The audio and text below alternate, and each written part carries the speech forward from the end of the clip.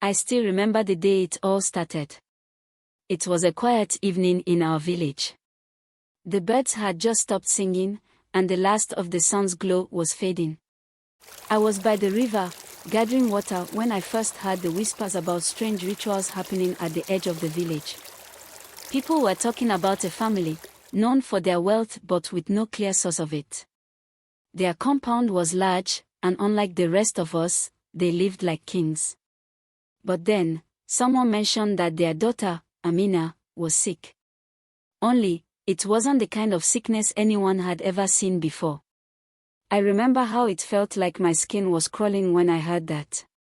Amina was young, full of life. How could she suddenly fall so ill? The rumor spread like wildfire. They said she was bewitched, that someone had cast a spell on her. But later that night, I overheard two elders talking quietly under a tree, discussing something darker. They didn't see me listening, but what they said haunted me. They whispered, it wasn't sickness that took Amina's light away. It was our own family. Days passed, and Amina's illness grew worse. Her mother would visit the village healer, bringing back strange herbs, but Amina only seemed to suffer more. She began losing weight, her eyes were sunken, and she rarely spoke. It was as if something had stolen her soul, leaving behind just a shell. Then, one evening, I saw her outside her house, staring at nothing. She looked empty, and her gaze was haunting. That night, I couldn't sleep. I tossed and turned, trying to shake off the feeling that something was horribly wrong.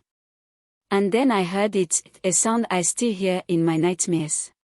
It was the sound of muffled cries, coming from the direction of Amina's home. They were desperate and weak, like someone pleading for mercy. I crept out of my hut, moving closer to their compound, hiding in the shadows.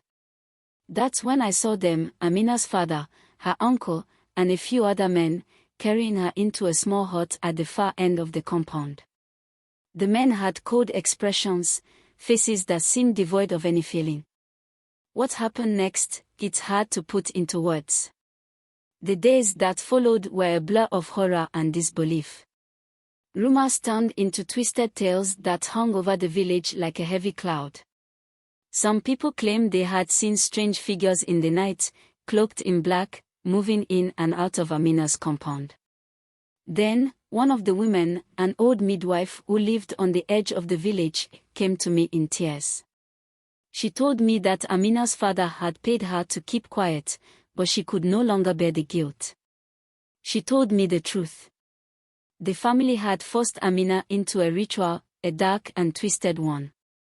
They had brought a dog into the hut with her, a monstrous creature they had acquired from somewhere unknown.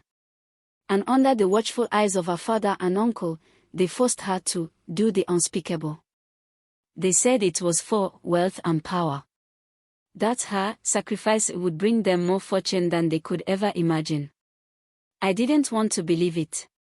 It sounded too monstrous, too insane.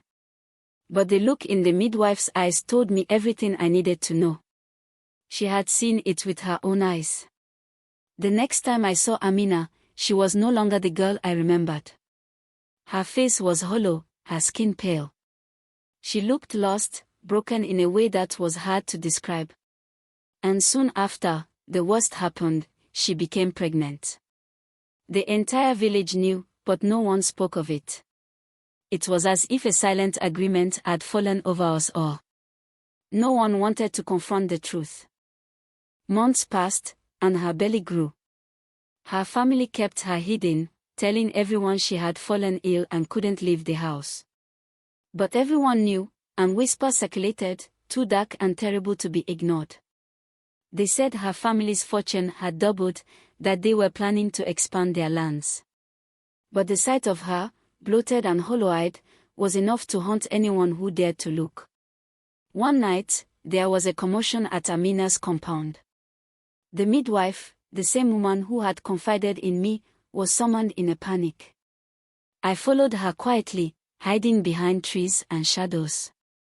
When I reached the house, I could hear her cries from within, piercing and desperate. After what felt like hours, the crying stopped, and there was a chilling silence. And then, the cries of a baby broke through the quiet. But these cries, they were not normal. They were sharp, animalistic, like the sound of a wounded creature. The midwife came out, her face as white as chalk. She was trembling, her hands stained with blood. She looked at me, and I knew, in that instant, that something had been born, but it wasn't a child. It was something else, something twisted by the dark ritual her family had forced upon her. The next morning, Amina was nowhere to be found. Her family claimed she had run away, unable to bear the shame of her condition. But I knew better.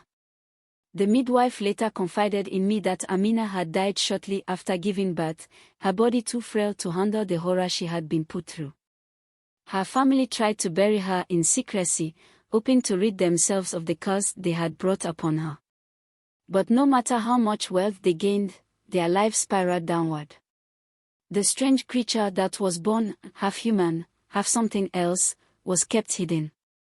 They feared it, but they could not bring themselves to destroy it, as they believed it was their source of power. But the curse was relentless. One by one, members of our family fell ill. Their fortune began to rot, just like the lives they had destroyed. In the end, there was nothing left but misery and darkness. To this day, the villagers say you can still hear Amina's cries echoing in the dead of night, a haunting reminder of the terrible act that took place. Her family's compound is abandoned now, overgrown with weeds and silence. No one dares to enter, for fear of seeing the shadow of what they had created. As for me, I can't erase the memory of her face, her hollow eyes. I still hear her cries in my sleep. And sometimes, when I pass by that cursed place, I think I see her there, a figure in the shadows, watching me. No one speaks of Amina anymore, as if forgetting her will erase the horror of what happened. But I can't forget. The memory lives on, as real as the day I first heard those terrible whispers. Amina's story is a caution, a tale of horror that will haunt this village for generations. And I, the witness to it all, carry the weight of her tragedy with me, a reminder that sometimes, the darkest evil comes from those who should protect us most.